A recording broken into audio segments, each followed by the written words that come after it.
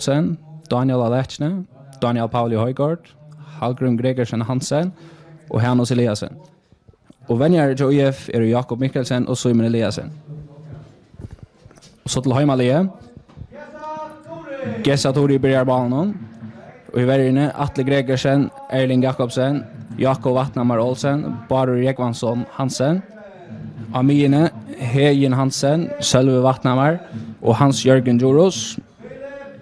Och i all uppnån Filip Georgievich och Andreas Lava Olsen. Av bunchen är det Daniel Paul Lervik, Jon Krosla Olsen, Magnus Janskor och Gunnar Vatnamar och Elias Rasmussen. Vänjar till Witchinge är sammanlikare Erik Hense.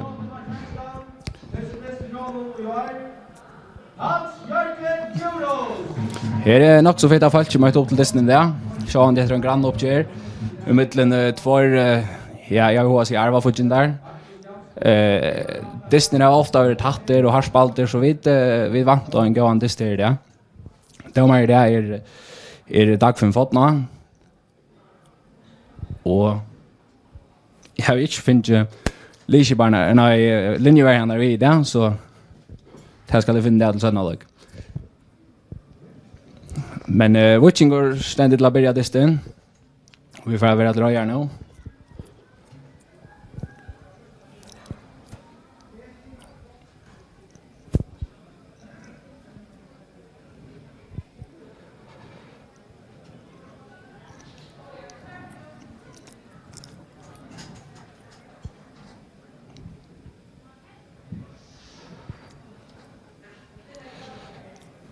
Och här brukar dag för festivalen.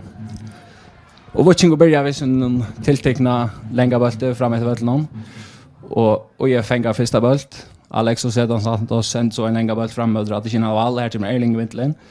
Erling vinner en åter till UF Clayton så har finner bulten och Clayton vinner så här fruspark om halva watching och halva. Linje där Lidjan också tatt av stiatalene. Her watching og snava i utgjort hofton sørsta frugja der. Nei, sørsta vikeskifte at han har tar før ut av hofter etter en sikre. Og UF spaltes 2-0 møter. Ja, her var mål. Ta og godt. Og fryspark sa ikke helt hvor skåra i, men det var sjølmål. Og flott fryspark fra Santos. Och bollen för direkt mål. Jag sa inte helt vad det var som skåra i. Men Washington är öliga archer och tar 15 Clayton. Jag tror inte att se vad det var. Stadionspelaren sig Clayton Suarez. 8-0 till UF. Jag vet inte om jag minuter var färden. Så distren är väl affären gång till och i Sarpegeri i det. Bara Hansen innan mina till Hans Jörgen. Hans Jörgen gjorde oss vänta sig och spelar ut till Barur. Bara hickar upp av en länge allring fram till Filip. Filip är en man rich och så här. Och Jan Ellingsgaard vinner bulten. Men bulten för fram till Atla som trillar fram till Filip. Filip har bulten han är fer upp efter någon lägger ut till Barur Hansen höger så ju Barur en inlägg. Här är Andreas Lava men han glöjer och bulten där ut till själva Vatnamar som stretcher ut av så in att och röna spela Barur med bulten för det till inkast till UF. Och inkastet tar Andy Olsen. Nej, han lite bulten lite till Alex José Santos. Han börjar sin direkt falske. Här kommer en ankor till. Han kastar en länga bolt upp i Hödja Clayton som snittar han vidare till Laval.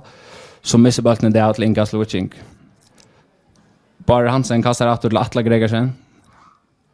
Atle lägger han på till först till Erling Jakobsen. Och Erling ut till Jakob av vänstra backe. Och bolten för det av. Witching han tidigare så sin dörr 14-årsungen är ner malen mot 8-0. Här är det bulten och han vinner ett inkast av rätt. Leivor Johansson kommer fram att täcka inkastet. Det är näka fram för Mina Chavichinge. Kastar fram till Laval som häcknesliga snära sig är vid Erling. Men Witching kan få fätra bulten och legal. Erling åter till Atla. Atla ut och så in till Barur. Barur vinner länge jävling fram mot Hejen. Hejen kan han först för till Andreas Lava som inte så där nämmer att få fätra. Men han färdig körliga affär och här glöjer han mer spelare IF och hans Paul för att bollen in i 16 meter men här till Boy Reiners Petersen i mitten. Och först skott bollen ut. Och Jakob Vattna var trilla bollen där. Det är 3 oprovokerade i fejlen så vilken gör det så tar är det helt säkert avskär över som 8-0 mål någon som kom lag i första minuten. Live kastar en kast, han kastar längden av mina till Kristoffer han littrar och är upp möter Laval som harspressare av Erling och Erling färs prigga bollen men han kör Boy i mitten och Boy spelar att Jan. Och Jan vinner sig av frispark. Här Hejen skumpar han om kall. Kristoffer till att frispark stått till Jan. Vad gör Jan? Han träcker näka fram och den spelar upp på Antti. Antti och då batchen till Alex. Alex lägger en boll in till Laval, där kommer Atle i mitten. Atle trilla lägger bollen ner till Hejen upp till Filip. Och Filip han helt väl på bollen i mitten tror jag spelar här och trillar han så Atle till Barur till Atle. Vad gör Atle? Atle ut till Barur och batchen Barur upp ett linje. Har siktat nog ett Hejen men här kommer Jan i mitten. Jan lägger bollen ner till Kristoffer som så Jan spelar Boa och Boy ut och högra back till Leivor Johansson. Leivor Johansson sänder en längre boll fram mot Ari för Schwattron men här är Clayton i stegen. Vad gör Clayton? Han trillar till Ari och Ari åter till Clayton och Clayton med en inlägg och här är Atle Gregersen. Inte högst med år men först drar bollen nu. Och Sölvi ut till Hans Paula. Vad gör Hans Paula i bollen? Kicksar Temminchna med vänder så bollen åter. Trillar åter till Jakob. Jakob till Erling och Erling ut till Atle.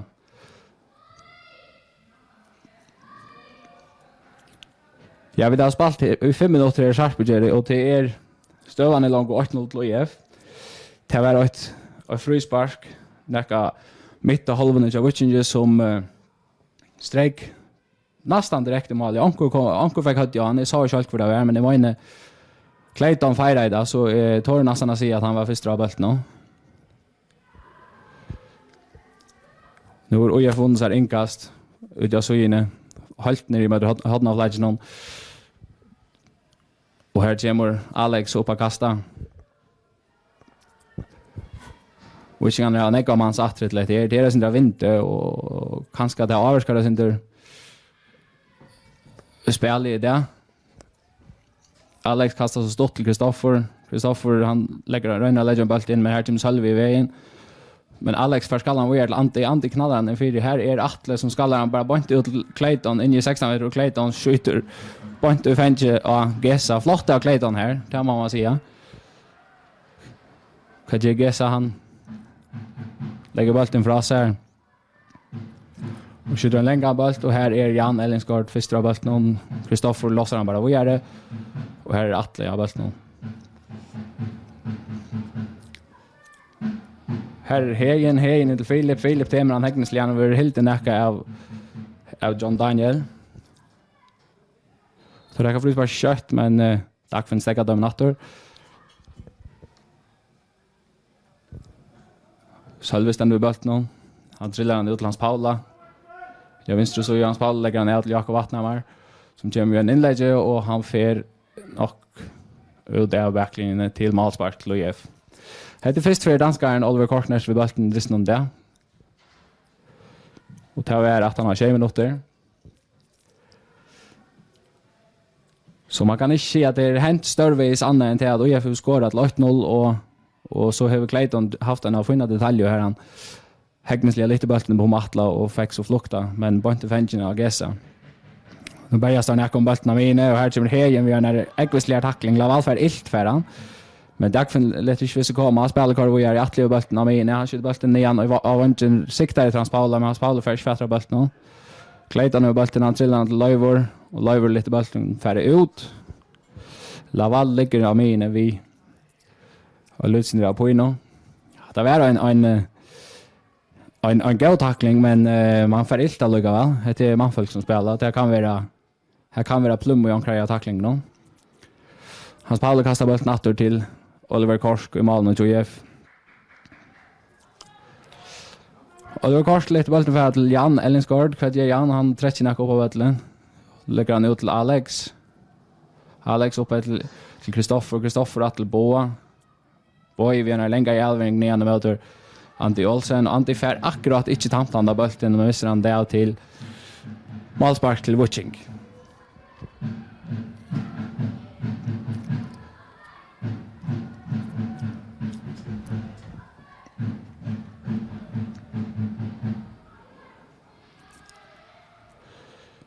Gesa spelar stort ut till Sölva högra så gör Sölve vänder och sen drar bollen och sen drar han till att till Gesa och Gesa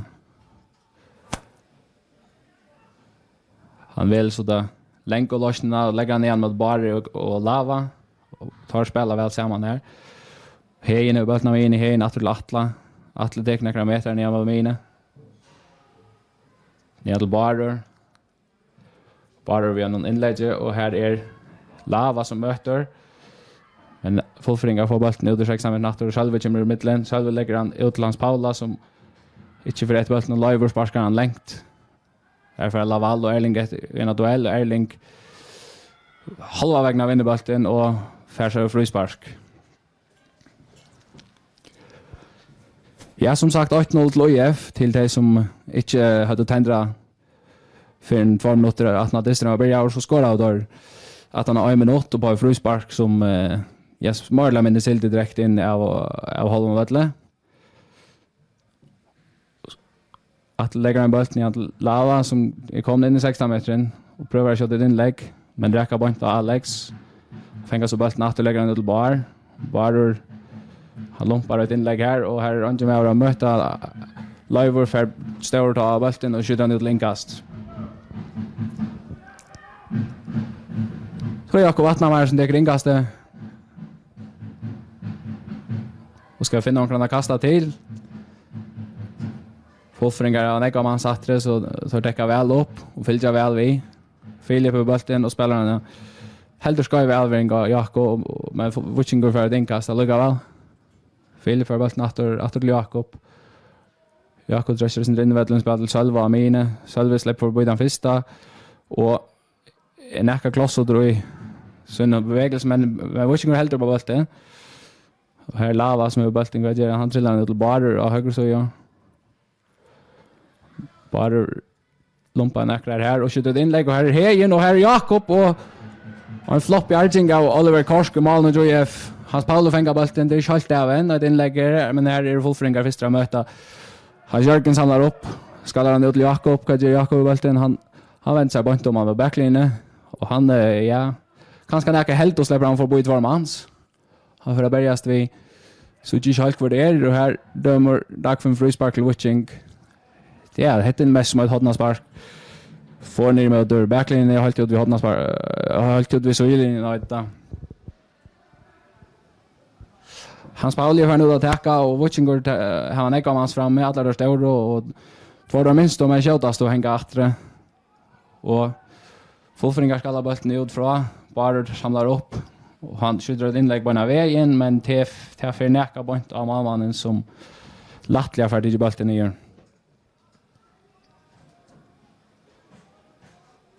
Oliver Kork trillar ut till Jan Ellingsgård. Stiller sig en gång fram av ödlen fram till Alex och Alex får ju upp ett linje till Antti och Antti stäggar sin dra väntar vi att han lompar över häckningsliga Sölva här och Sölve vi näka väl helt där och så Boy Amino i bollen. Boy lägger han in till Ari och gott plats han röndrar dribblar för Boy han kommer sin dribblar men han släpper väl över bollen och trillar ut till Antti ut till Clayton kommer in 6 men han lägger han på först till Laval. Kan Laval han trillar ut till Clayton Röjner spelar ut Larry men här kommer Witchingar i mitten. Nu Laval bollen. Ja, han dömer frispark. Här var en utlödes spark av backpoint till Lava. Witchingar där kan frispark ut till Sölva. Sölve trillar han fram till Hans Paula. Kommer väl upp ett så in i här, Witchingar. Jakob prövar att släppa för den första. Liver först täckon och det syns det en tackling. Jakob kan göra han med bollen han helt på banan och han prövar för dem att jag backlinja och han kan en häckningslinje mitt på banan och lägger han gott in för här i Jan Ellingsgård för Här kommer Erling väl för Laval för störtnacka. Bara att till Atla. Atle ut till Jakob Attor. Det unga talentet som ordentligt tid i var att han har hennes blev skatter ut i Romaug. Salve trillar en go Alving för Salve men ungen ordentligt klarar på Alvingsna och så kommer Oliver bara ut och samlar bollen upp. Oliver trillar ut till Jan som spelar han ner Kristoffer Attor till Jan. Och Jan ut till Alex. Vikingar lägger lätt press av här. Men Fullfringar spelar sig flott på sjur då. John Daniel ut till Leiver. Leiver är en Elving ner med Laval och Erling är en kapp till en ordentlig sportstor medeltarbo. Det är kvar skjuta en annan av dem. Det kan nog ge vankrar gåa dueller i sin distno. Gessa trillar kött ut till Atlen i Atlantsjörken som börjar för först och för i skapingar nu. Och till längkjan han spalt Sarpsborg så inast. Jakob ner till Hans Paula vill pressa över Leiver som tacklar bollen där och själva skundar sig att det ingås till att Leiver att till Jakob och Saga. Jakob in till Hans Jörgen. Och Hans Jörgen får ju hinna så in till Barer och högra backen. Barer skjuter en längan volt här och här Hejen han klarar inte upp ett bollen och bollen fer ut där till Malsparsk. Ser linjevägen.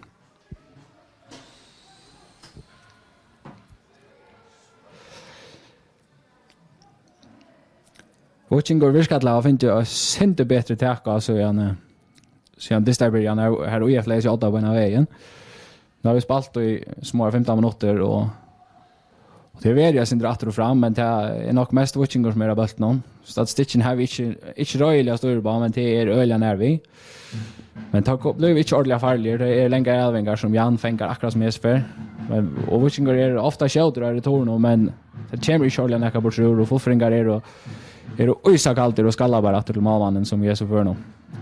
Alex är bollen. Vad gör Alex? Han rönnar pojkar för folk av lite sig där och känns som en längre Elving ner mot Laval och Laval för brinken av han men här är Atle och Jörgen i fälla om man får bättre bollen åter. Bara det så bollen. Lägger han upp ett söjlen fram till Lava och Lava ger en väntning och Fullfringar får inkast.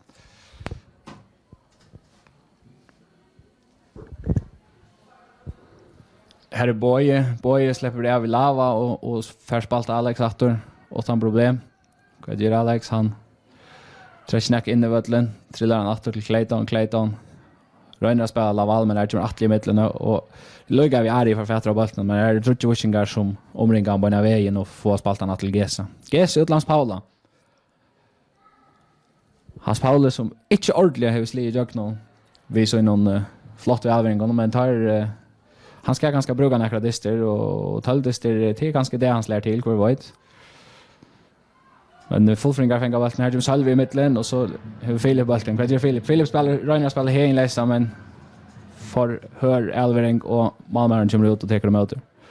Malmaren gör kött och spelar ut Leiver och högra backe.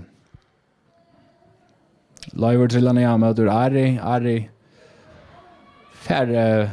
Fairpent lompa han tror jag Vikingar han Jörgen och pressan och Filip och pressan men han spelar bara bollen och Isak allt till John Daniel. Jim Barter mittel Elvingen upp på vattnet och så har Lava bollen av inne. Lava lägger han ut till Erling. Katjer Erling. Han träcker nack upp. Och så gör han en förlängt träck och Ari i mitten och Fullfringar får inkast.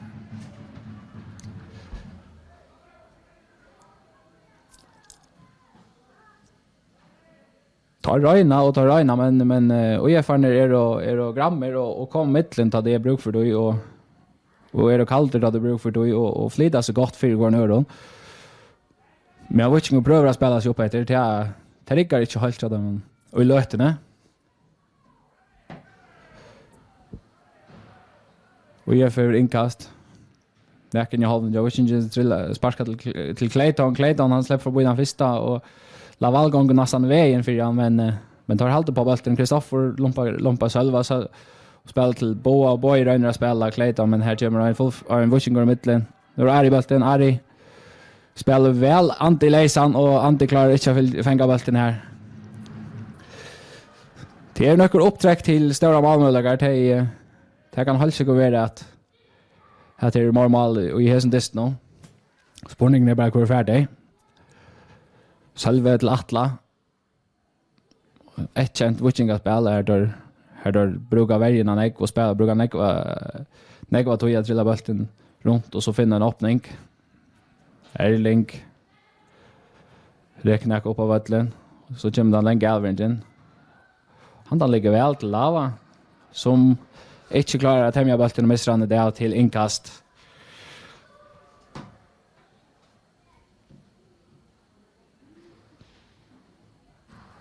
Alex tar inkastet. Alex kastar fram till Boa. Boa lossar en bult upp i hödd i alla fall, men här är Atle 4. Atle skallar han ner och i nacken eller i hödd i alla fall och bulten för det att inkast. Halde han fick oss inte ilt i ansiktet. Och då har vi en inlägg här och ingenjöra möta och så skydde Boy bara väck att Atle kommer mittlen och så i lava attra bulten och i höger så och ja, och i bästa lavastöjl i rönnarna dribblas för Boy men här kommer en fullfringer mittlen och skydde bulten upp och Erling kommer som mittlen trillar att till Gessa ut till Jakob och så bidrar det upp av Nudjon. En kommer att rädda möte men jag vill åtta Larsen och spela Hans Paul vi är goar i Alving framåt Filip men han får inte fättra bulten. Malmö kommer väl ut och tar motor. Leivor upp till Ari. Kanske Ari handlar när dribblar Hans Paula och spelar att Leivor till Clayton. Clayton släpper väl över bulten till Ari som har gått plats av mina och Ari att till Leivor och Leivor att till Oliver i mål nu. Har det var gavat och tar ju framåt för 8-0 så har skondat sig inte fram efter tar spelar runt och är rolig över bulten och det riggar oss nu väl till att nu kommer Laval väl mittlen över bulten och lägger han ner Clayton han går i Alving fram till Ari i 16 minuter han skjuter på mål och han räcker att först träje han går mål och så jag tar tog där roligt och spalt och så upp efter och Terriga får innan så släda och nästan som manglar är att han skorar det var flott all upp Boy över bulten av mina. Han träcker upp till lägger han ut så in till Leivor in till Kristoffer Amine. Janne till Clayton täckte ner och att mot bulten om det. Och över som vi såg vant Janne just onkra gå Alving fram till bulten och han spaltade Ari pura läsa. Kristoffer ut till Ari in till Boa. Boy att Ari till Leivor. Ari lägger en länk Alving fram till Leivor här som Jakob mittlen med korbulten ut länkast. Man var säga fullfringar att giver att det så sitt lötna. Nu vi där spalt och vi går 20 minuter.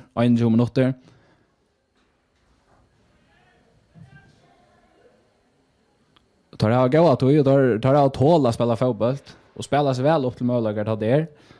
Men då fänger jag Witchinga bulten och färra Reina för att köra fram efter Filip på bulten han pressar John Daniel han spelar ut till Barder för fotboll för hem visst har halta färna och så är där när fullfringar kommer väl att det här är inte och så är det möjligt här och Lava kan göra hans saxa sparka bulten och lycka vi att ettnast men han får näcka så innan var lugga. Ja, det går kött. Det går kött kommer vi inte över en skott att först säga för lite lätt och så igen och så för Witchinga i Sheldal upp och få avslut och all upp men det händer inte något mer än det. Det är alltså 8-0 till IF. Målet kom långt och 18 av en minut. Kanske inte en gång en minut. Det är ända sin övis för det var som skårar idag. Clayton firar idag men härifrån så hade det som det var Witchinga som kom av bulten. Det var ett frispark som var skottet väl en fyra. Nu Witchinga nu broderade så kött upp efter vattnet. Salve kan göra han för förbi 2 han för förbi trutchar och han avslutar och bulten ner mål och det är ett Salve vattnet var och ett flott Öjmans Erik. Från mig och Vettle träcker han förbi Öjn och tar nästa och den 3 och han skorar till 8-8. Och så var bättre läge av Witchinga skorar natter än ta sist och gå 20 minuter när där är jag synder Sindur över och inte ordentligt se det som där alla så men så var det flott Ayman Saurig från Sölva som så gärna ett lott och man kan se att det var det som manglar att Hofton Chavichin hade ända i 2-2 Sölva satt under karantän och han är helt säkert en av de mest skapande spelarna i Wichin och kanske inte i alla de första kappingarna. Flott mål från Sölva Vatnamar 8-8. Nu vill det ha spalt och i 40 minuter. Vi där finns jag vid att det var Sölve själv som gör det självmål så det är inte galen där till honom det han är 2 mål men alltid ska vara ända så det men han är helt snittigt han skorar ju 2 att vi spelade Sarpsborg senast så det är fint av honom nu är Gengur och Askaren efter så man kan märka att det är en grand uppgång och nu tar vi inte gärna efter Atle och Bulten Atle Gajeran han skjuter en längre boll upp mot Philip Färs 19 var i Hans Paula lägger bollen efter Philip kommer in om vägen han linjer 16 meter men han skjuter på mål men här är en fullfring och mitt hans Jörgen fänger bollen ja fänger han var ganska inte exakt han missar bollen efter men Jakob så bollen Jakob Vatnamar av vänstra backen han rönar spela Hans Paula men här kommer Ari i mitten Hans Paula har så bollen han får inte dom Hans Paula rönar att lägga en blade boll in till Philip men till kicksar oss inte. Nu kommer Jörgen i mitten. Hans Jörgen rönar spela Filip efter men är boy Arvatchen och fänga bollen. Leivor rönar köna länge aving med här kommer Filip efter 4. Ja, det är smart en lite lätt att säga att nu är vi finished that just nu men det är så sist lättna så jag watching skora i have very losing av press för att de Josa Blå här resten kommun och det var ju så bara kötta gång kvar med. Vi där måste säga han vad det är brotts på mål och nu kommer Hans Paul läser ut i så inne han lägger han åter till Lava som skjuter på mål här fullfringar 4 och så Rodda Borst och Kristoffer ut till Clayton till Ari och Ari en längre boll och så är det den här tilltäckna duellen mellan Erling och Laval här Erling vann Hesefer men Laval vinner så ett inkast här han just kastar till så han börjar ett valche han färdig upp och tar vi har 12 ner i Anne att det kommer fram till en större mål så det är helt säkert att alla från fullfringen av våra roller där.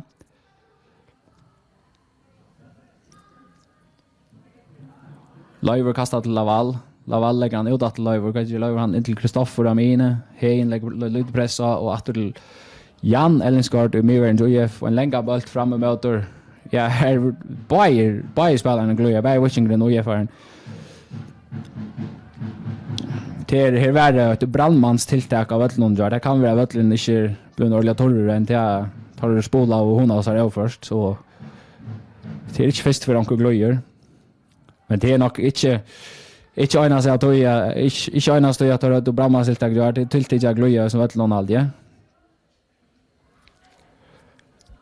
så är det Leivor vid en inkastare vad gör han kastar han stått till Clayton lägger ner Leivor åter till Clayton och Clayton kör han in av mina till Jan som kommer näck upp av vattnet Jan vill länge även god att Leivor här öliga gå plats John och han kicksar sin tämligen men han kommer väl förbi Hans Paul Leivor ut Ari åter Leivor och här till själv i mitten och förringar vinner så ett inkast att rätt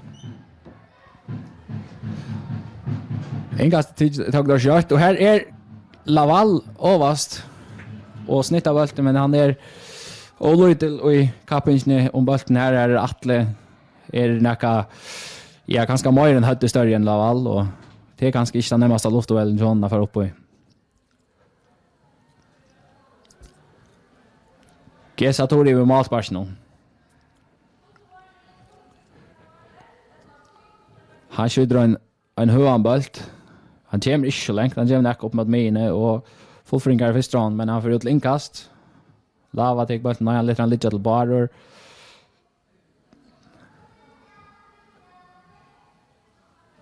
Barrer kastar fram efter här är Boy Reiner första bollen han skjuter han Reiner skjuter han upp efter men han fer nog där linjen på vägen efter.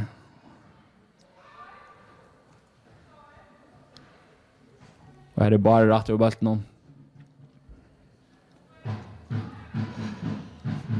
Barrer kastar åter till Atla på ett vörst till Erling. Erling var ju till Jakob. Jakob Atle Erling. Fullföringar standa. Och boja nu vara också av oss. Jag vet inte om Erling kallt om den där bulten. Han har väl inte brukat den näka. Tar få så nödjan bulten av Ötlen och ta borde färja blev det uppkast. Ettla uppkast det ganska näka exakt han släppte bulten och naturligt Erling och watching röd bulten att spela och göra. Jakob vi en bulten framåt själva klarar sig fänga men John Daniel sparkar han och dom till inkast Washington. Röna pressen drar nu. Jakob bulten trillar naturligt Erling. Erling vinner länge Elving ner mot Filip. Han är akkurat förståttor. Och Barur och Antisfärgen och duell och Barur vann bulten men han skallar han bara direkt ut till Kristoffer till Boa Reiners. Boy trillar väl för Boy här och hänger av fruspark. Fruspark lojar familjen Vettle. Jan Ellingsgaard han tek kött trillar han till Kristoffer upp till Clayton till Löjver skjuter en länga boll till Erling knäa bollen borstar att till Clayton Larry Ari till Boa Boy att till Larry här spelar där flott sambandsspel här till stolt att så att ta fotboll till Bluespalder på handen och han och fruspark till OIF och i gåvar stöv och det är ett gott högrabens inlägg i dessa stöven det är inte för små.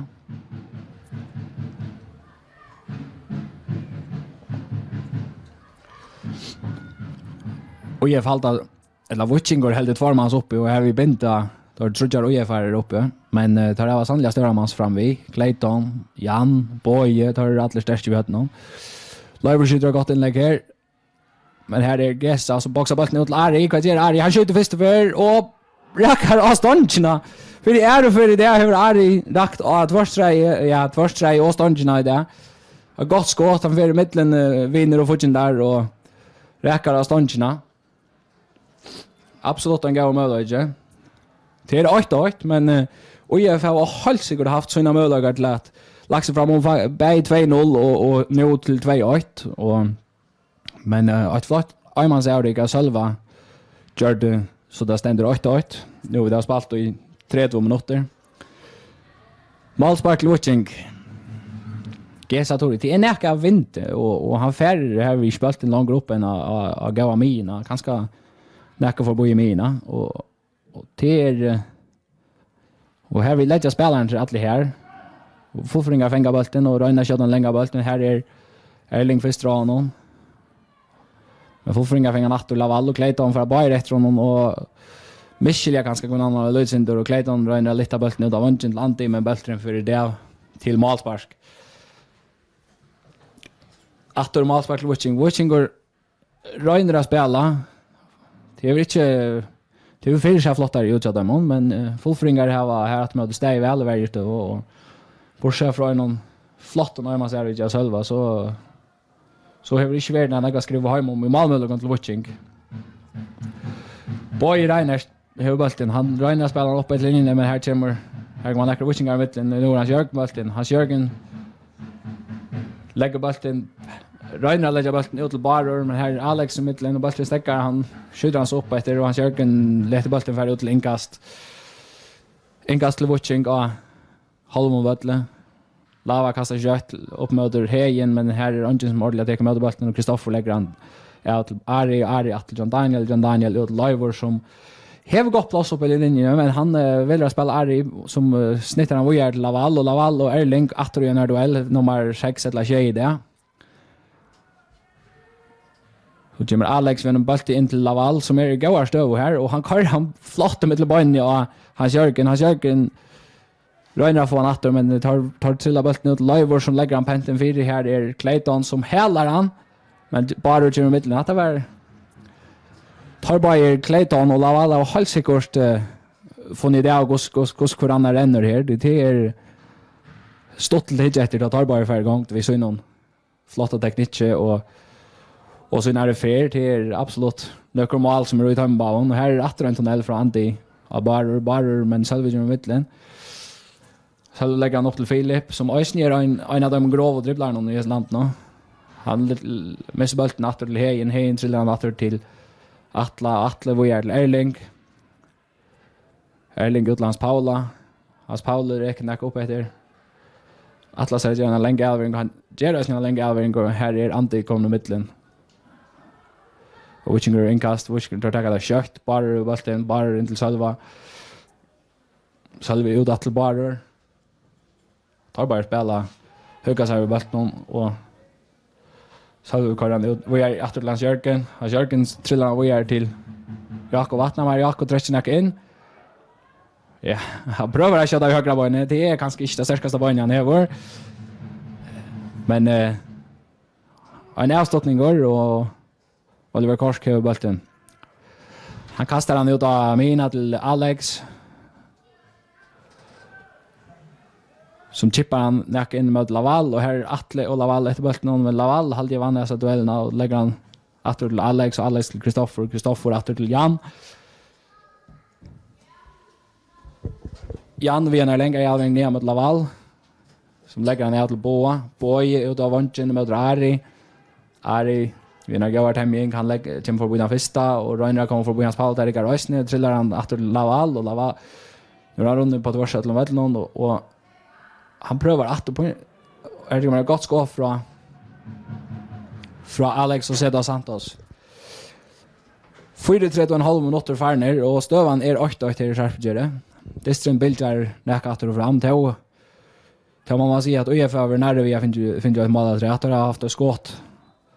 Och på A2 upp under 2 med som och ett annat längskott som räcker på inte stolpan.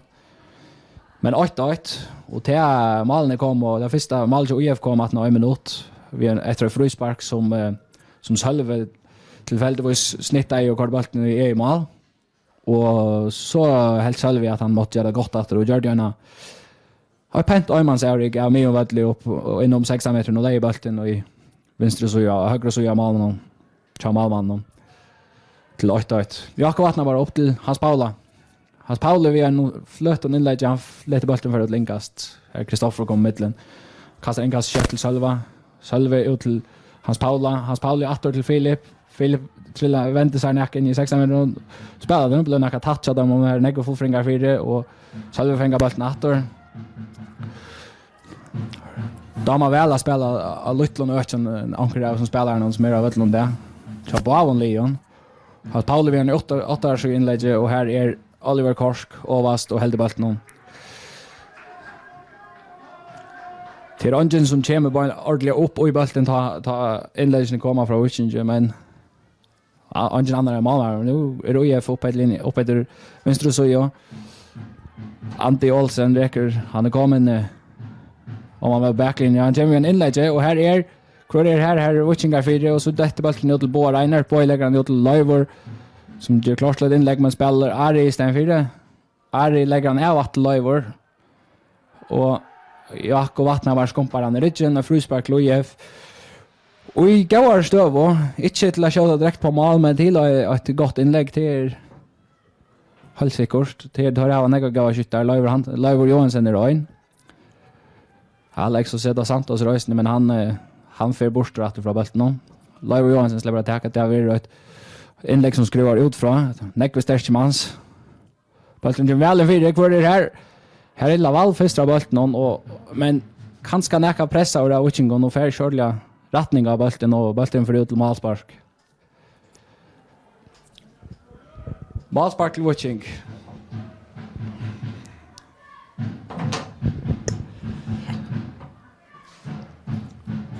Så Reina Deutsch att här Askarne tar Reina Europa sin tur. Gesa vi en utsparke. För näka långre. Och Filip vinner bollen men här är Alex som kommer mitten och fär hilde bollen i Vättlund så de bara upp och ska han vara själva får bo i man. Själva lägger ner till Hejen upp med Filip bollen.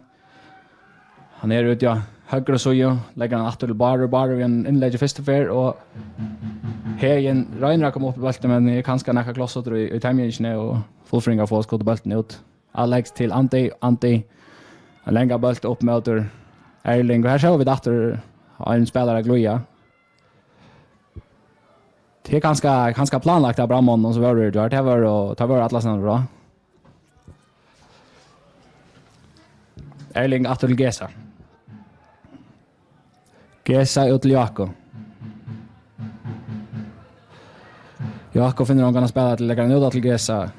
Gesa upp till Erling. Erling till Sölva. Sölva röjner att spela här i en första film, men här i det är ju fel av Alvering nu. Live fänger bara Live längre Alvering. Men där som Erling med en boy fänger han efter först för och han klarar önsknar upp shotten då det skjuter några som spelar nu. Jakob Vattnar var vi inkast någon och i vänster så ju Jovic. Tack för en bra backa lut sin dörr han var näka långt fram. Det är då 6 minuter till halvlags plus till läsa säger jag. Och stövan är 8-8. Det är en distor som halsigur bilder att fram. Det är en grann upp där och det har inte varit några bönlöjt ljauta tacklingar. Det har varit några manfolka tacklingar, men det är det. Och spelarna kujdar sig för ett görnbölte och det är stått att sucha. Och sådana höbelstist. Inkast till Witching. Jakob Vattnar var. Kastar fram efter och här är Kristoffer och pressar som skallar han och gör men Witching fänger så nästa boll och hans Paul Löfven han är väl pressad av Trimo Mann men för så akkursvägna dribblar sig bort och så för bollen nu det högra så till Barer Hansen. Barer Hansen är uppblåsar den och han kommer en inlägg och här Lava som möter och bollen detta in för Filip och så var 2-1 Helve Vattnar var.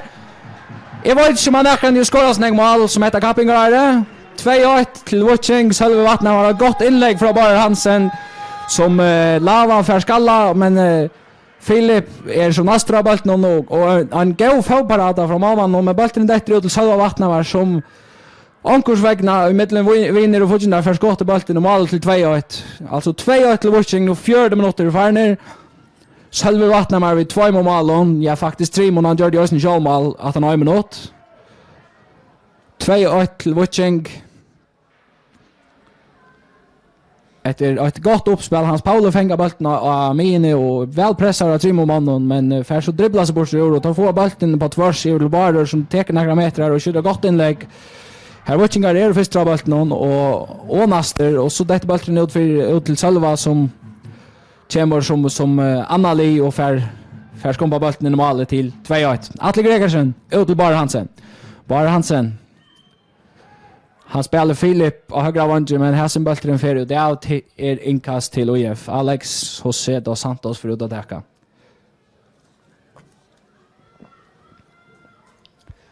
Ja, touchpunkten var 20 galliga skor i Tjovicin. Det är 5 minuter till halvlags och tar ja, man kan nästan säga att det löd vi ut vi över 18 för det är att fullföringar skår av att nå en minut långt. Och nu är det alltså 2-1 till Witching. Erling vinner länge i Alving, nian möter Lava och Barer för så bollen. Han springer näka tjejligt men han först lagt han till Lava.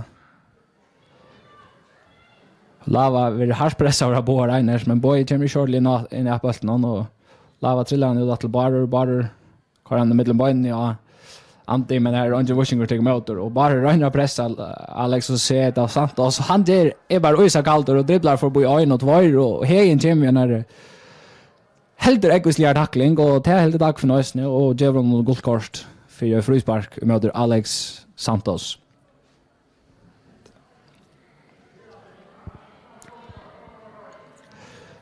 Men fotbollsspel har vi halsigur sjanak av det är Nekver Gower och tekniska spelare av Bavon Leon som verkligen gör om sig det är stort till joinen kvar ni heter bäj hemma och utjaskaren och ända främmande askaren. Live till Kristoffer att till John Daniel. Live in till Kristoffer väntar sig bort från Hans Jörgen och här glöjer att vår spelare Antti Färs för bättre bollen någon lugga väl. Lägger upp till skott och att det är funnit skott men Gesa helt bollen någon. Och ett funnit skott för Antti Olsen ur en 30 meter. Gesa trillar bollen ut till Sölva. 2 mål skytt i det. Det var han nästan med att ha i stäppagraven i 4 så det är han är väl jag funnit rätt skäckvannar att han är bäj ein två och ganska trutchar stora möjligheter med på 6-3 och ta lov igen och snä skifta gacker och det häver han till halvtid med så att han gjort. Han finns nägmål så gärna. Oliver ut till Jan som trillar på hjärl bo i ett anti och anti att till Jan ut till Alex. Till Alex han skjuter en han blev den bollen i Clayton han tar ner och brinker ner flott ner och ut till anti ständer sin bollen och vänder sig över pressar och själva och lägger den till Alex. Och Alex är Oisa Kaldor som tjänar för och lompa lava att så kommer en elvering från Boa ut av Vanchen Liver lägger han till Clayton som åter nu är färdig. Dottern är djupt åter i vallen. Men det är Ednas fint till John. Han är trigger av bollen och då alla spelar av bollen. Nu är Alex kommer upp på vallen. Han ränar lägger upp långt men här är Vanchen akkurat i tog områden. Och Witchinger får sparka bollen igen. Och han får utlinkast. Här är en utskiftning. Tja OIF. Nummer 8 kommer in och det är att det Kina Laval som vi skiftar ut han är så finns snack ilt här var en snottor tolje dessen här han och här inför i en tackling och ja hade stressen vi hade någon dos tamaver en skaj han är absolut inte spalt illa han är tar över en duellen han och Erling Jakobsen men in kommer alltså nummer 8 Andreas Paulsen en ung fullfringer som halsar god sen då spelar fotboll. Det ska inte ta näka från honom men Laval är nog en starkare Alberg än han. Det ser oss nu till att det borde Lutsyndrom vi han lägger sig näka att han och Clayton. Och gissa det ska gå sånt där till oss nu via Narskas hållage nu till och ja vi får vara komma om 5-4 minuters match nu och gissa ju den långa bollen på vallen här är Filip han ränar där ner och brinken det gärna så när lägger Atlas Jörgen vi är helt riskera i Alvering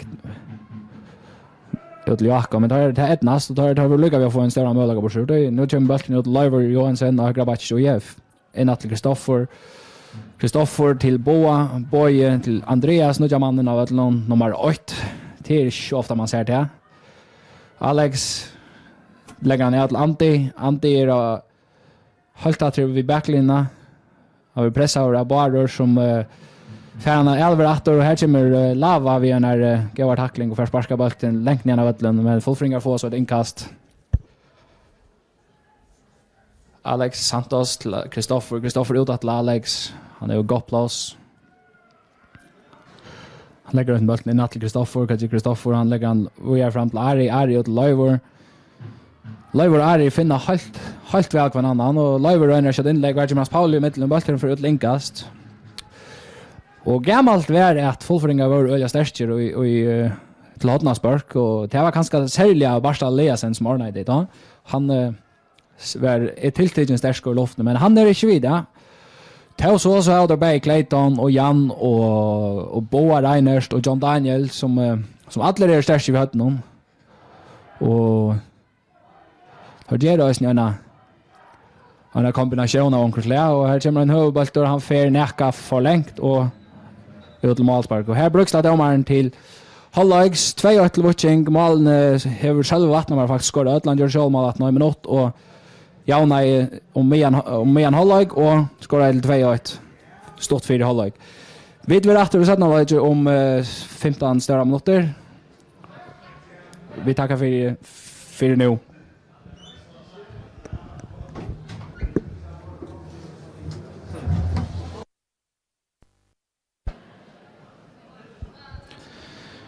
Ja, så vi datter skärper det till 17 lag. Linje för att vara klar nu kvar då. Lycka få bötten och bultar och andra ting av vattnen och jag kan lycka tror vi i stövna från Örondiston. Kai Habe spelar Klaxvik här halvlagsställan 0-0. NSU skala här är Ösne 0-0. ABTP och Arjon här är 2-1 till AB. På 6-3 då blir 8 spel så det kan så att vi får vara klara här vid 17 lag. Clayton och Andreas standar över bollen. Andreas vet du pena nummer 8 och här flyttar i dagfinn för det första för 17 lag. Han lägger bollen bara vinner han på en väg med Boy Reiners till första honom och han släpper på Boy bara trillar till Andy Rönne släpper förbi själva, men han är så affär förbi och själva vinner han då bollen. Kan göra han lyfter han upp och skjuter han långt upp till Filip för inte tamt bollen när missar han ut till inkast Lojef Alex José dos Santos för att kasta bollen. Han kastar han upp och möter Clayton och man ser kanske Clayton och snär Andreas inte det samma flow i spelen som Clayton och Laval här va. Men det kan inte brödas, det är bara några minuter som skulle bröda det. Stövan är alltså 2-1 till Watching. Att han OIF kom fram om 8-0 i första minuten av fyra läger och det var ett självmål från själva Vatnamar efter ett frysparks inlägg här han snittade bollen i mål och i enhet. Så igen tog han och gjorde det gott att och har faktiskt lagt Watching Bayern och lagt Watching gott till 2-1.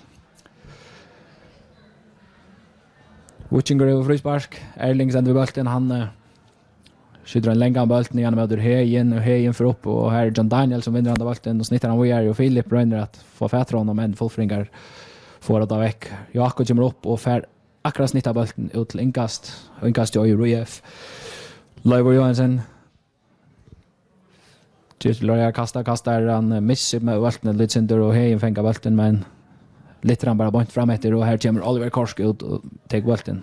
Oliver trillar han ut till Liseberg Jan Elskart åter till Oliver skjuter en gå Alvin ut till Alex upp efter linjen och han skjuter han in till Boa Reiners han är näka fröjer Boy spelar över till Antti och Atli renduell Antti för att komma in i sexan men han lägger en gammal bollen för det här är Gess av Västra bollen som är Kartor.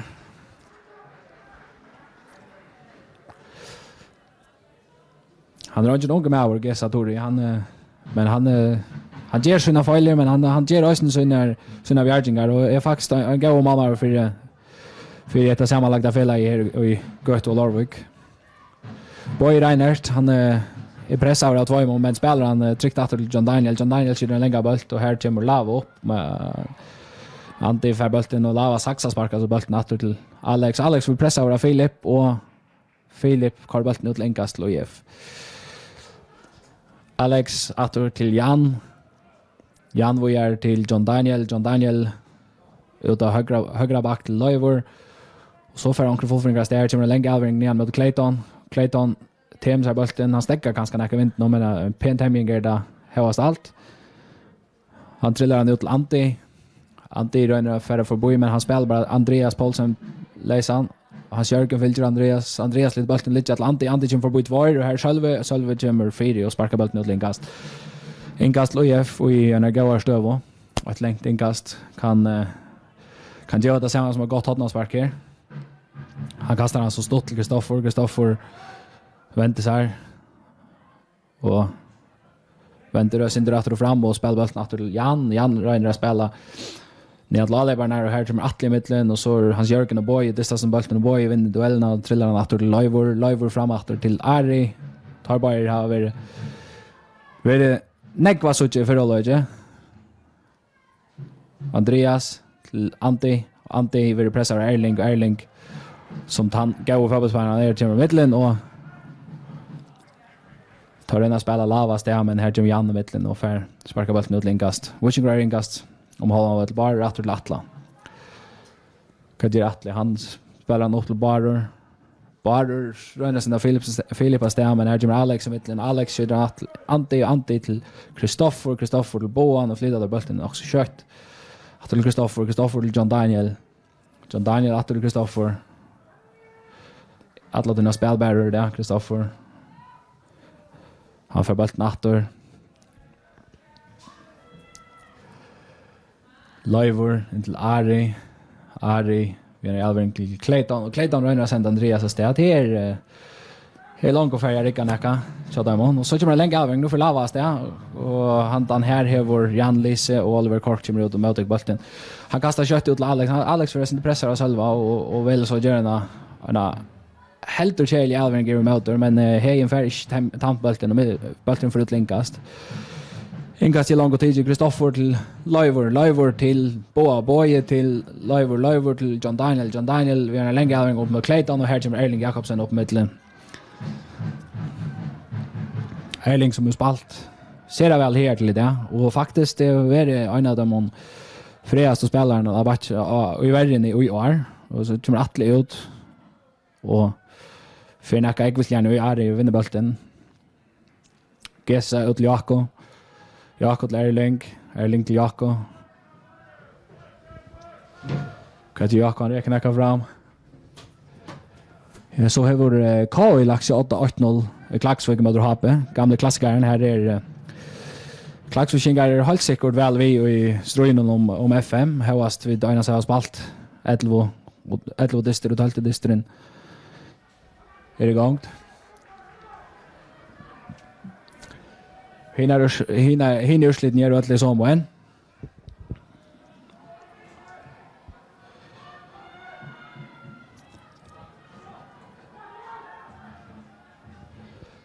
Jakob Vatnamar. För vi fotlar för med Ventur. Spelar rätt Erling. Erling in till Salve. Biron kan komma till men när Rangers kommer till där för att runt han och han vinner ett inkast i stegen. Anti-karbulten ut inkast. Lava för bulten. Han vill pressa och näka av Alex och han vinner sig ett inkast. Vi har spalt och i små 20 minuter där så att någon stövan är så 2 till Witching och ett mål kommer för alla. Och ett mål är skottna själva Vatnamar. 8 mål och 2 till Eli. Det kanske inte hattrick han atläser men vill lätta det för. Så det blir inkast och här är Hejen förstår och Atler Reiner har saxabolten men han är ganska näka tungkort att göra så bevägelser men han skjuter sig och prövar. Malspark Lojef. Han trillar hans dotter ut till John Daniel. John Daniel skjuter en längre boll fram och bollen fer och där till inkast till Witching. Näka in i egna halva. Jakob Vatnamar. Han blir liv för sin fram. Kastar fram till Filip helt väl spelaren och frasar. Filip rönner spelar hans Paula men hans Paula är färdig fättra bollen och bollen ändrar UF foton. Jan bollen, Jan till John Daniel åter till målmannen Oliver. Och Oliver vinner längre Alvering. Nian mot Clayton här är hans Jörgen 4 Boje och Leivor. Boje rönner väntar spelarna sin dörrkarran till Kristoffer och en gå i Alvering nian mot Antti. Vad gör Antti? Han räcker ut mot Alex. Och Alex kan lägga gott inlägg av vänstra bön men här för att bara Lise fintna och bollen för att linkas till Witching. Bara kasta kött till Salva ut att till bara att till Salva. Alex rönnar pressar där men tar flida sig för honom och så kommer en länge Alvering Andreas Lava Olsen. Han rönnar och fixt men i halvtid att kicka sig under honom. Han får inte ordentligt upp i färhäsfär men det har varit gåar stov. Det har varit och jag tror inte mot Dream och ganska ända bara mot 2 mån och så är en liten missioning med mamma kommer ut och tar bollen. Han trillar bollen till Jan Ellingsgård. Jan Ellingsgård vinner länge Alving ner mot Ari men Jakob Vatnamar i Lysiana minst det mer av ett och han hoppar som en känguru. Hans Jörgen trycker av bollen. Vinner nu säger ganska vad jag trycker av bollen och så kommer han. En helder vanlig Alvering kan pröva att sända Jakob Astea i vänstra sida. Engas Loje Wishing vinner bollen. Han Jörgen skalla bollen ut åter och Leivor. Ja, han har nästan haft bollen i handen och Mojren har fått någon här sådana men han kastar så inkast åter. Andreas Paulsen över bollen. Vad gör han? Han lägger han åter till Ari Vojer till Kristoffer ut till Jan Vojer får ut till Lava fänger en boll. Lava vi fotlar för om man möter 16 meter han lägger han på tvärs så här själva Vatnamar! 3-1! Och ett fantastiskt mål! Nu är han väldigt just gott att han har gör showmål att han har en minut så har han skottet 3 mål och ett flott mål av Sölva Vattnet. Man lägger han pent upp under nätet ur 16 meter linjen. Lava fänger han i alvering och fer till strax så kommer näka om han mot 16 meter och lägger han återut flatt och här är Sölva Vattnet var till 3-1 till Watching. Flott mål av Sölva Vattnet var som i det har skottet 3 mål för sitt egna lag och 8 för UF. 20 minuter för den 17 och 3-1. Boy Reiner till Antti Olsen pressar Sölva. Sölva spelar som en brand men han fick en kvult i Atlantisten och Tofton senast så det är ganska det spelar in. Det spelar allt in. Har spalt några tatta dister i första veckan och det är Watching Grey runt sparst och ta kicksar sin tur och är det så det näst men det är ganska hjälpt att hans Paule och Lava och Sölva alla så dottan för det tar jag Josh Witt det han säljer Sölva Vattnet mer. Sölva är nu bollen lägger han ut bara och högra backe bara in till Sölva Jim Boy och pressar och Boy vi en gång press nu för hans Jörgen och han tacklar skarpt av bollen Ari vi står halta tempo nu så är det 30 mot 4 och bara till mitten frispark till OIF och med och Vattnet. Bara är inte halt över vi dömningen men här var kanske inte så näga kom efter. Alltså 3-1 till Watching här i 17 laget. Stövnar ärastan i och stadväck här som 8-0 till K i Möderhabe. NSU skala här 0-0 och AB för 2-1 möter TP. Han femte distrikten börjar för 17 mellan 6 och 8 och i Gondadal.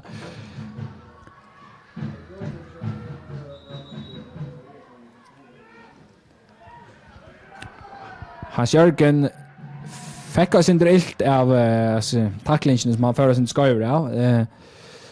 Han hever veri skatter i Richnon och det är helt gärna utanför nu så det när han inte spalt. Och det ser ut som han är ilt här och nu händer det ett eller annat. Tack för en röpa boa till sån och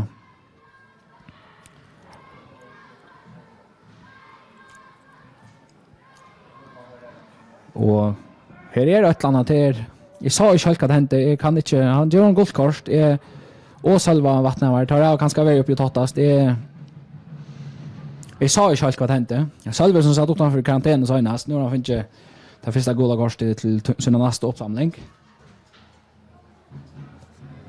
Men hans Jörgen är så kommer fötter att han har haft sin drillt. Han får jag syns ska över en tackling och rakte faktiskt inte en gång bollen eller rakte onkan över över. Vi kanske näka ölukt honom.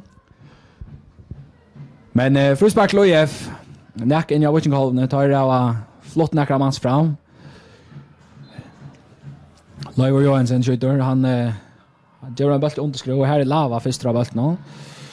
Och Salve och Filip Röjne att brodera sig i jag men vad ska han fänga bollen bara till Filip till bara att till Filip fair for boy han är gåa fair där neckar som fälls av honom kvarter han kommer att med backlinjen och han ger ett förlängt träck ett la kvärt när han färd gör spark ett hotna spark går det då och gå över skål ett gott enmansärig av Filip från min men Arnda så spelar då ser väl samma bara Filip och kanske Salve och Ösnir på här.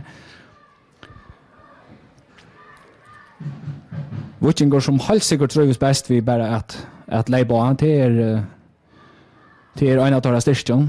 Nu har det hotna spark, hans Paulus har hotna spark det är näka motvindig och han kommer kanske inte så reellt gott en video. Här är Andreas Paulsen med Salve i mitten han lägger han sin skaf det kommer en Jakob Vattnet var akkurat för jag bollen någon.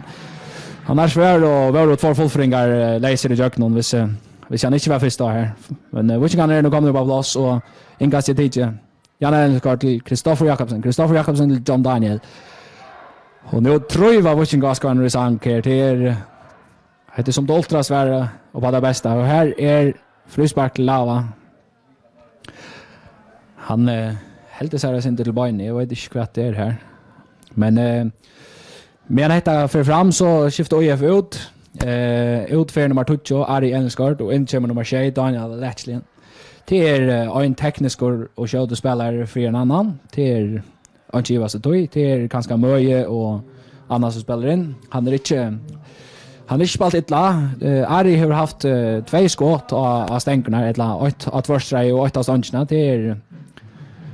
Det var kanske inte så rävliga förtjänt av Washington Jauna, men tar Jauna och att han hade det så. Nu kommer ett inlägg här och Malmar förskriver honom och Hein kommer in i Malman och fär frispark här. En UEFA lägger sig halt om hötti här. Så inte kan hända. Det var kanske en näka ekvislig sammanbrester här. Det är Antti som ligger. Men det var nog inte mer än en sammanbrester i mittlen 2 man som får efter en bälte. Men det är alltså frispark att vi 16 meter någon tog att Hein var näka ekvislig för efter bälten och Malmar blev så Kardrum Kall. Frispark Lojef. Oliver Korsk till John Daniel. John Daniel ut till Loiver till Daniel, han just inskiftar och han har bestämt sin affär, men Jakob har lyssna nu och Karlbälten utlänkast. Loiver kastar bort ner mot Daniel och Hans Paolo fänger bollen, Hans Paolo rönnar spelar Hans Jörgen, men Hans Jörgen är inte. Nu kommer en länge avvägning upp av bollen och här är John Daniel och Filip och Hans Paolo detta han får frispark. Det är ju gåarstöv och det är näka vinter, men Hans Pauli har spelat i Strömnes till mest av sin löv och öje och vänner spelar vinter, så han kan gott lägga en gång bult i vinter här. Och tar man spel det gött och så må man alltid lägga upp för vinter, så Kvitch utnyttjar det att han kände det. Och frispark. Det kommer väl en fyra och här är Jan Ellensgaard som snittar han och Lava Røyn ser vi jag vet inte vad man ska kalla det, att det är teknik och ett lag vad det är, men han Røyner saxar sparkar bollen och ta missat nästan Ludsinder. Han ger en frispark i röntgen. John Daniel över bollen, han lägger han upp till Andreas Paulsen som lägger han åter till John Daniel. John Daniel uppe mot Clayton, men här kommer Hans Jörgen för Hans Jörgen snittar han bara via Daniel till Clayton till Andreas till Kristoffer lägger han via ut till Alex som har gått plats här och Lava lägger press på han och han färdas med bollen ut inkast, fullfringar av inkast. Antti Røyner attackar kötterna, han lägger till Alex till Clayton till Alex in till Kristoffer vad gör han chippar han bollen till Daniel och Gessa kommer näka skover ut där och Antti har bollen i 16 meter, han lägger ner till Clayton lägger han ut till Boa Reiner skjuter och här är Erling Jakobsen i vägen. Hans Paulus samlar upp 8 meter och i vänster så och han lossar han bara bort upp efter och han får Filip att få fättra. Filip renner det styr mot John Daniel, men hade han John Daniel Lise och fär spalsar av bollen Kristoffer Jakobsen. Attor till Jan Ellensgaard till Clayton som kom helt efter egen halva till bollen. Så vi då snackar för alla det är nice helt väl han fick spaltar väl men häst för nice minne väl. Själva vattnar 3 målskytten som kicksar sina dribbling och kör bollen där till inkast och jag får inkast. Alex kastar bollen in till Kristoffer driver näck upp av bollen. Lägger han ner till Clayton har gått plats, han renner fram och Attel kommer vägen och Boy Reiner fänger returen och Andreas lägger bollen ut till Kristoffer lägger han ut till Loiver vi har en gåen inlägge. Kvar vinner han här är Boy Reiners ett Atle ett andra av Avon. Som vinner bollen med Gesa lägger sig bollen till Rattes och har gåat och nu samman återspaltar så att någon till 3-8 till Witching. Och jag fläs 8 första minuten efter ett självmål av själva vattnet med ett frisparksinlägg som blev snitta och här dömer för frispark. Och så han är själva välja just om sig han har skott 3 mål att rätt och hur har lagt Witching 8 tror jag så 3 mål är en sån perla att det ska ses. Atle Gregersen vi har en längre frispark. Han skjuter på mål och det var faktiskt inte bort så mamma står näka ute men det var inte Xabi Alonso över handan mannen, men Oliver Korsk fänger bollen trillar ut till John Daniel. Kvätter John Daniel, han lägger han in till Kristoffer som alla tog in i spelbäraren jag vinner. Kristoffer som förvärvar en offensiv profil och i första fotboll till lagt sig näka åter Och han gör det helt väl att defensiva mittfältaren. Alex är bollen. Vad gör han? Han spelar till Daniel Alechne som rönar spel antilesa men till kicksar och Lutzinder. Inkast watching. Bara fram till Lava. Lava vi en är timing som inte ordentligt är det som ska vara och han som vi bäst känner Lava så får han pressa sig till bollen och korsar ut linkast. Alex till Kristoffer till John Daniel. Vad gör John Daniel? Han lägger bollen ut av backen till Leivor träcker in i bollen och Leivor rönar att spela Clayton men är James Halvey i mitten som är här där och alla ständigt där och trillar ner till Gess som skjuter en längre boll bort i hötte och John Daniel som pura rollen tar bollen ner till Jan och Jan lägger ner till John Daniel och IF kan så bygga upp att här har gå Elvering från Daniel Alechne till Andreas Paulsen. Andreas och Jakob renner om kapp och här är Jakob som får prigga bollen till Hotnaspark sida domaren. Hotnaspark Lojev och tar större männa framåt och Witchinger har Atlar 8 Filip Georgievich Atre. Det som den för next issue i luftspelen och fullfring och det är då varje nekvar och nu kommer ett Hotnaspark för Andy Olsen och det kommer näka han stäcker och syndrar vintern är han spelar lite post kvar för att skjuta en boll och det är hvis man inte vänner att spela vinter så kan det vara sin sålös och Salve och bara spela väl samman och Lava och till Hejen och till Salva och Salve in till Filip som Reiner spelar bara läsa men han räkar sitt egna knä och kicksar bollen Hejen Reiner lägger pressa Andreas Paulsen som går in för Adesina Laval som måste vara ut och i förra hållet vi har någon snutt här var en hör tackling mellan Laval och Hejen en för 18-20 minuter för hållet som blev via plava. Leivor Johansson. Han rönar att dribbla och spela ut av vänster med bollen för ett inkast till OIF. OIF har långt tid inkast till John Daniel. John Daniel in till Kristoffer till John Daniel kvätt. Han är gå att han lägger en längre boll. Han rönar att sända Antias där men här John Jakob upp 4 och kör bollen ut till inkast. Inkast OIF. Leivor Johansson långt tid så här är Arthur Jakob Vatnamar 4. Ett talent som sannliga har tid av möjligheten nu att ta Hennos Jakobsen blev skattor. Hennos Jakobsen som annars är fasta vänsterbackar och i manna minne för G och han var och skiftet i AB och Arjun och nu för Wutching och har varit ankran turen vid landslinjen blev skattor ut i Ronavik och Jakob Vatnamar har sannliga tid av möjligheten. Han är spalt som är brantur kvantis som han är spalt. Som Trento Vatnamar så väl säger så är det som en spekvelvänd utgåva av bara Hansen. Det är kanske inte för exakt. Witchinger har kämpat sig upp på ojefallna inkast och bara ständer balt någon. Tar Röjna få och kan kasta till här är Lava Röjna ger en Elvering efter till Barer men hon missar ett nast och tar fullfringar köta bollen ut och Jakob fänger bollen Jakob Lars Jörgen får skiner av bollen här och Clayton kommer efter och prickar han och Kristoffer är bollen. Vad gör Kristoffer? Var det ganska men han spelar sig väl av bollen till Clayton och Atle stretcher Daniel offside och Elvers Eja Blitchen en fin Elvering och en fin stöva för UF var det akkurat offside följer till linjen igenom. Alltså 3-8 till Wutching. Nu det har spalt och i går 25 minuter, 40 minuter av 17-laget. Gessa vi en länk om bollen igen mot Filip och tar lätta bara bollen fjärde åter till John Daniel. Nej, åter till Oliver Korsgård. Stövnar är stanna. Till ta samma en. Det är 8-0 i Klaxvik till KI och 0-0 i Ronavik mellan så i skala. Och AP för stadväck 2-8 mot TP. Här är som sagt 3-8. Jan Ellingsgaard gör en länk av bollen igen mot Clayton och här kommer Erling upp. Vi öligar för Clayton färdas en drilt och men han är av följden natter och här är en helt och äggvislig Elvering från Hans Paula. Nu skiftar Witchinger ut. Så att in kommer Gunnar Vatnamar och hur är det som ska ut till Hegen Hansen som vi skiftar ut. Hein Hansen som har kämpat och rundat för sig det.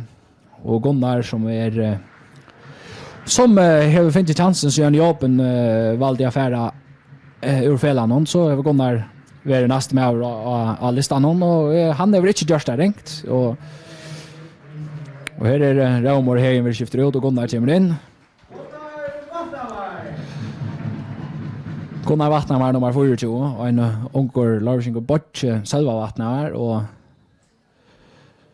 tar det och inte så lojal men det och spelar men det är Gunnar är näka väl yngre och själva är runt så ut. Nu är han först för bollen han spelar hans Paul skjuter han och i Clayton som missar bollen där till inkast. Och en tre Vattnar det är som ta Jansgården i platta spela vi Geo det var bara Jansgård till Jansgård det är Vattnar. Han kastar den upp och här är Filip Forsdotter till bollen inkast till OIF.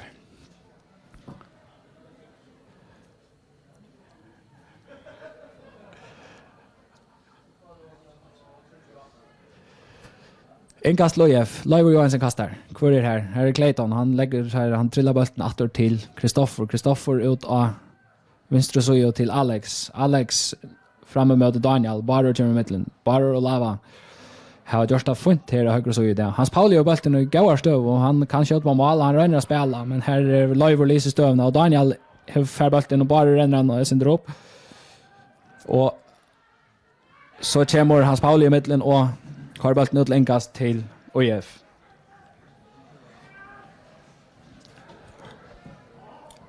Det är som ett hemskift Wutchingali i förhåll till distan att hafton för några döm sedan.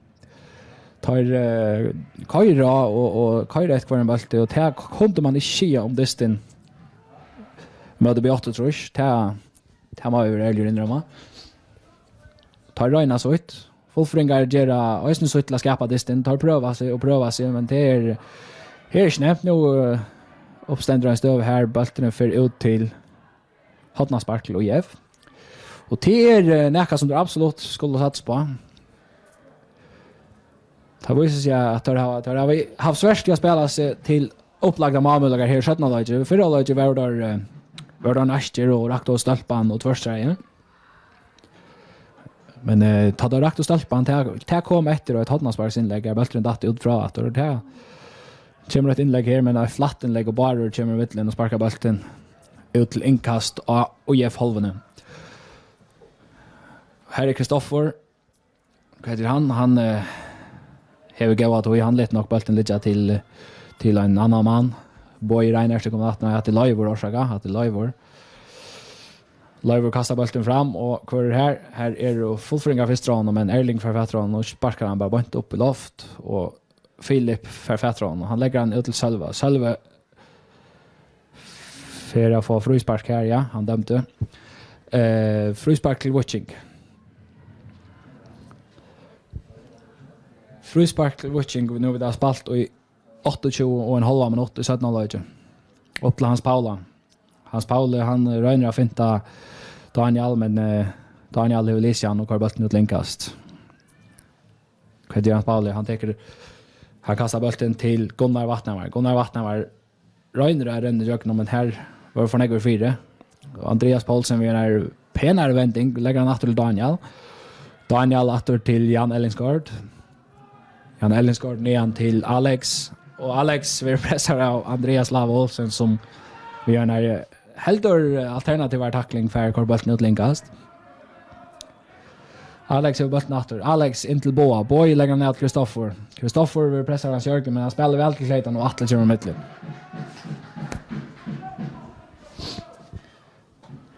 Kasta åter till Alex. Och Alex har Cesar och han läser han spelar han till Clayton. Clayton för titta ner ur brinkarna. Clayton ränner lägger åter till en Wolfring. Nu är det trutcher med Trimon. Fyra med Trimon. Washington går ner till Filip. Filip in i 16 metern och han skjuter point för Sweden av en gamla danskon Tahyler. Här han skjuter bollen med Sweden och hatta skuld och då ganska har finns ju Marborsur men avslutar fick då så och kommer fram till all upp. Fyra med Trimon. Kristoffer vid bollen han lägger den till John Daniel. John Daniel ägnar i halv bulten och lägger han upp och Daniel Alechne, men här kommer Jakob Vattnar i mitten. Hans Jörgen till Hans Paula. Hans Paula vänder sig. Lägger han till Jakob Vattnar. Jakob till Erling. Erling till Atla och Atle över goa tog över bulten. Atle till Salva. Hägnesliga på allt i mitten och Salva ut till Jakob. Nu spelar Washington där fina fotboll och Thomas ska se det så kicksar det. Det är det vara. Oliver Korsk hever bulten till Malspark. Han trillar han stått till John Daniel Gudjonsson. Han trillar han vidare till Leivor Johansen. Leivor Atul John Daniel. Han hever inte ordentligt möjligheter att spela och vill bara köra Atul Malmannen till tar det ganska tröttare än det ser ut lavera. Tar kommer slugarna gott till vino. Och Oliver Kork vinner länge Elvring och han har för Atle Gregersen att vinna. Atle Gregersen skallar bulten och Boye för akkurat snittan med John Daniel lägger han så. Och så det sin drav tronkaspel här anti-karbulten vi är ut till Leivor Johansen. Leivor Johansen fram till Daniel Alechne. Daniel Alechne röjnar kan han först för vi är till anti men Jakob gör väg men han får bulten natt och lägger så en 8-årsfjällring med själva fängaren. Själva till Lutla Boja Gunnar Atle själva och själva ut till Atla och så att du går plats ändå och det var en maraton övning. Jag vet inte om Usain Bolt kan ska finna till en eka vinter och så som spelar in och man ser det vid först. Men som sagt har man bäj tränar och spelar kvända nästa hemma till Sarpger så borde man väl vänner och vint. Leivor Johansen nian till Clayton han dätter ut ganska tämja bulten och han färdas inte ilt. Jag vet inte vad hänt jag sa inte helt. Så spelar Washington kött och Erling Jakobsen är färden helt fram med vanchen och Gunnar vi en tackling här och tacklar faktiskt bara bulten ut till Alex och han higger upp på järn Clayton Royce och för jag vet man ska gå bulten ut och Clayton Royce shit på en vägen och han är nu rush och så själva finner bulten och själva vinner ett inkast. Väl pressad av Andreas Paulsen.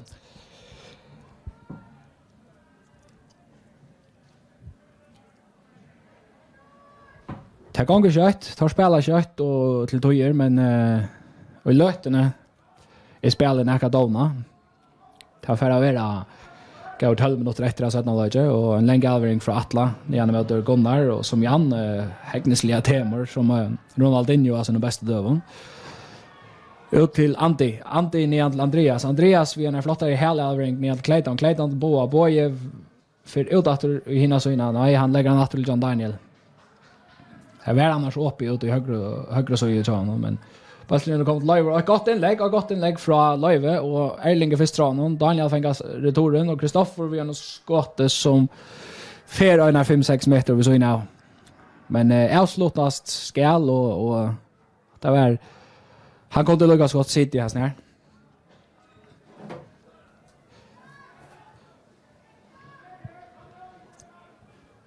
Gessa vi målsparsen. Abbi har lagt sig av 3-8 av Arjun. Andy Olsen till Kristoffer till Daniel. Han fänger han där bulten. Vad gör Daniel? Han bojar till Leivor fram vid.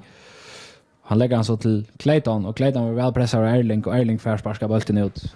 Erling går helt säkert levererar en brandinsats i vägen i det. Det här var Washington som så alla i vägen. Det har gjort det helt gott och så själva vattnet var sjående vi så innan trimma malen och en avgörande faktorer det snund där. Jakob Vattnar var länge bult Gunnar. Ja, det sa när jag stod till det Gunnar röjnar skalla bulten men det är så om Kristoffer som var dottern på inte åren och bulten för att linkas till UF. Oliver Korsk ner till John Daniel. Han skjuter en länge bulten genom mot Clayton och han tar för Erling att vinna. Och Hans Jörgen är i mitten och sparkar bulten i det till inkast till UF. Hans Jörgen som annars är skattor den största parten av varen och jag spelar det för en skattan gärst eller 4 det kan man inte nu skifta watching går ut kommer Andreas Lau Olsen och in kommer Jan Krossla Paulsen. Wappingren och watching Alinon. Men som vi säger så spelar Hans Jörgen som första dist från början så han han första år och jag vet inte hur snägg var han miste i fjör. Det var helt fitt. Och det är en skär i någon men Gert Hansen har spalt och han ser plats och han är bestämt i största ettla. Så det var kapping om platsen och Gert är ute det att han är en skär och så fär hans Pauli och frispark. Frispark Luching och nu är stillna Lucien då inte kanske han utnyttjar testövna skalt om han dåra körde inte. Jan Krosslag kom in att och han är tilltagen stärskor in i fältet någon och Atle Gregersen och Erling Jakobsen fara fram vi där samma Gunnar Vattnamar och här kommer näka längt att tror och skulle då renna hemmator utan urslit och jag sitter kött gång Alex har bollen. Alex lägger en längre boll in av Clayton till tydligt att det har ett Clayton kvar för och här för Hans Jörgen så ett obligatoriska gula kort. Han är näka söjner av Clayton som häcknesliga lyfter bollen och pom Hans Jörgen men han kommer och fotlar för och han vill så bara att lägga Karaboyn ut och sparska Clayton och få och ge fullfringande frispark egna i halvan. Och fullfringar sända nega mans fram. Leiver ska köra frispark. Det kommer en huvudbulter, en ölig huvudbulter tar bergast om man kvar färdan den här är lycka vi att gäsa för skojor av nu. Först är det Boy Reinerst och Hans Jörgen som kappar som är bult och Clayton är faktiskt näka för en gäsa av bult nu. Men han får störstnägg, det är näka åttaliga, näka så innan malen och han får bara snittan och dem till malspark, till Watching. 23 minuter farner. Jag har sett några halvöjde och till 3-8 till Watching. Men det står som ett eller annat steg man säger sig ha format sig efter premissen till Watching. Det tar komma att rum också tolja men tar ha och sen kämpa väl och kommer fram om Bäge 2-8 och 3-8. Och här är Filip och Isak Altor och Oskar är svätter. Det är öjligt upp av Oskar och Alta Filip har ju frispark här. Men han dömer inkast, han dömer inte frispark. Bara Reiner som han så ofta är bra för. Inkast Watching. Vad gör han? Han kastar bollen fram möter Georgievich. Georgievich kommer i press här och vinner ett inkastat rätt.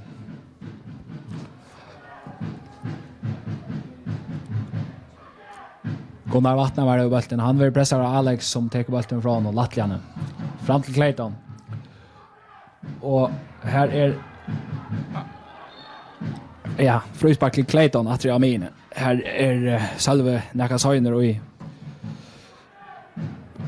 i så kompis. Clayton han atlas att attacka kött. Nej, det släpper han inte. Alex vinner bollen. Nu Reina där tar Dojo ett mål. Där har sent Jan Ellingsgård för fram och här är Jakob Vattnamar som snittar bollen ut inkast. Inkast till OIF. Daniel Alechne, han kastar åter till Leiver Johansson. Kratjer Leiver. Han temrar näck illa men han släpper gott på skjort och missar bollen ut till inkast till Watching. Han har sig vid TP med kommunen Arjun till 3-2. Och Klaxvik är stadigväk 8-0 till HP och i Ronavik är stadigväk 0-0 mellan NSU och Skala.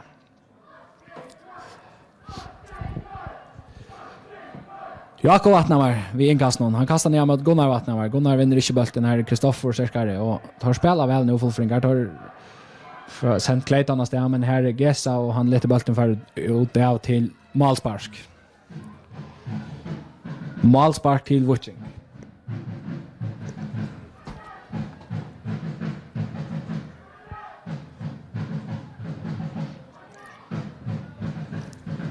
Det är också fitt av folk som är löjda sig till Sarpegeri där. Det är stått till det sådär och sjövande grannuppgör det är alltid spännande. Jag vill säga Oavsett jag stöv och hur linjen ligger så hävdar det här vi har drejat folk till det där. Hans Paul rör sig vid en dribbling som kicksar och Daniel vill pressa av Jakob som åter pressar av Daniel som åter pressar av Gunnar och som åter färdtrilla bollen åter till Erling Jakobsen. Erling Jakobsen till Gesa. Jan Ellingsgaard är simpelthen bara blivit främst med år. Tar fullfringar spelar bara vid 3 månader i lötne och det kunde lyckas gott. Det är tar skulle ha mål för att komma in till disten och det först då bara vi har folk bollen fram. Nu är Hans Jörgen och Boy fan upp att totta. Så det var ju nu när det är stund det är full drön men jag hade tack för det och gå stora dem och prata lite Victor och bidra skissa sig och så kör spela och göra. Och här för Gunnar skumpa bollen där till inkast till OF. Antti Olsen nu till bollen han leder bollen lite till Alex. Alex helt hösten då för spark han provar att göra lite som bara Jan men det var det så inkast. Kristoffer spelar han till John Daniel som lötner ensamadler med varje ja OF. Larry Johansson vi har någon hövonbolte som Sölve vinner och Sölve till Gunnar och Gunnar Reiner spelar han fram efter han kör med mittenatter och nu crossla från bollen crossla till Filip nu är där Negver fram efter och fullfringa kommer näka väl att det och så ut till Barder och högra backe och Barder fram till Filip Georgievich Filip vi har någon flötenboll till oj hade var verkligen fräckt av hans Paula han glövar bara på bollen och låter bollen färd Jan Crossla som färskott men Malmö helt bollen och väl 24 minuter farner och 3-8 fullfringar har blacka Negvamans fram för jag räna få min kommunen och kanske få Janlögen och det öppnar för möjligheten hinvägen och det så vi bort nu. Tar Kairo av väglinjen. Barur kommer fram att ta inkast. Han kastar han åter till Atla. Atle för att vänta sig vid han skjuter han upp ett rattor upp av völlen och här är bara Santos så han lite bara bollen Kairo. Det är när vi pressar av Filip. Bollen stäcker sig upp och han skjuter bollen ut till inkast. Det var nog inte allt akkurat det som Alex Atlas har fått bort. Ja. Men bollen är ut för en ut till inkast. Också långt framme. Bara över länk inkast så där kan det vara ett gott inlägg alltså men han vill kasta stort till Filip. Filip till bara till Filip och här är bara fältor och där får frispark. Frispark till Witching. Nu är åter utskiftning in kommer Magnus Jansgård i ödlan för honom. Hans Paulus Samuelsen ska ut. Han har spalt en gåandist. Han har inte haft någon beinlös avgörande löglåt. Men han har gjort sitt till att stövan är tror jag till det. Det har han absolut. Och Magnus Jansgård som inte är minne tekniskt stärskor kommer in och hans rest det. Magnus som skorar till 2-1 av Tofton. Han har ett ungt talent att rätt ur Östra kommun och han för att göra sitt till att få avgjort disten. Fullfringar till rösningen utskiftning ut för Antti Olsen och in kommer Daniel Paule. Daniel Paule i höjgård i dram. Men frispark till Witching tar taget av stort. Filip han feber ut och hotna flash. Nej, han Reiner lägger en flätan en firma. Hatta var inte näka negvers, det var det inte. Och Salve och Baror och Boye och Salve och tar alla löp upp och skalla bulten och fullfringa få oss vätra bulten. Nu kommer det länge alvering igen med Daniel och han har Gunnar Lise. Och Boye och vätra bulten. Boye lägger in till Andreas. Andreas, han hävde inte nämnt, han spelar mot Berg Sölva och Hans Jörgen Amin. Det är kanske inte så sottligaste. Nu tar fullfringar Black Neck fram så han dottnar lösen rattor. Där finns Daniel Paul in där ändå. Han är inte signer och här är fräck finta från för han där bollen för Daniel Paul. Här ser vi det färna till honom och han lägger bollen ifrån till Daniel. Daniel fär lompa själva och färra sin frispark och ter frisparkskyttar av UF-linan som har lagt han där bollen in och ter och 45 minuter farner så det kan vara en distar väntande, det här kan man inte säga, men en vän vi står för mål nu. Det är 3-8 och en mål till 3-2 i 45 minuter. Det är nervar, det har man sett för. Och det har varit så sant som i Stevakammersen i Mödre HP att jag vet inte om mål in och ändan och bauen håller och Alex skjuter bollen, han chippar han och att det var bäj okoncentrerad och omotiverande för sina villagar. Han chippar en vanlig boll bara på. Men 45,5 minuter farner och Gessa har målspark. Tack för en bilan skondar sig sin dörr och det gör han så visst, ne? Och Baltur kommer fram till Krossla och Magnus och Jan Krossla för han lägger han in till Magnus åter och Magnus röjner att spela åter till Krossla men fullfringar kommer mittlen. Kristoffer vi är när längre i alvring fram till Jan Ellenskon. Han är inte galen han är men han kommer näka till ifrån och han röjner att få straff i här. Det är kanske inte halt av lag. Jag vet inte om Erling närst vi men han dettor och tack för det vinkar bara avvisande på en av vägen över en Chivas då säger han. Malspark till Witching. Tojen vid det och fann ut tojna som är lagt att rätt. Jag har inte sett han lagt att rätt än. Det kommer en längre bollar och Jan Krossla och Boye för upp. Boye vinner han. Daniel har lärt sig bollen över pressar och själva. Daniel släpper laser bara kommer mittlen och fick bollen åter möter och vägen Santos till Kristoffer. Kristoffer vi är går längre i alving på tvärs till Daniel Paula. Daniel Paula tar bollen ner. Åter till Leivor. Leivor vi är längre bollen igen mot Clayton. Nej, ner mot Boa. Boy vinner sin bollen och Daniel och Clayton vi har skotten nej, men vi så in nu. Men vi så in nu tar Reina Kairo av för att få ett mål till 3-2 och men tog igen för att lacka så där mot här inte negativt. Och tar räcker inte ordentligt målet att det kommer att läsa något annat så. Men tar det var så, tar pröva. Gessa vi någon målspark jag rätt.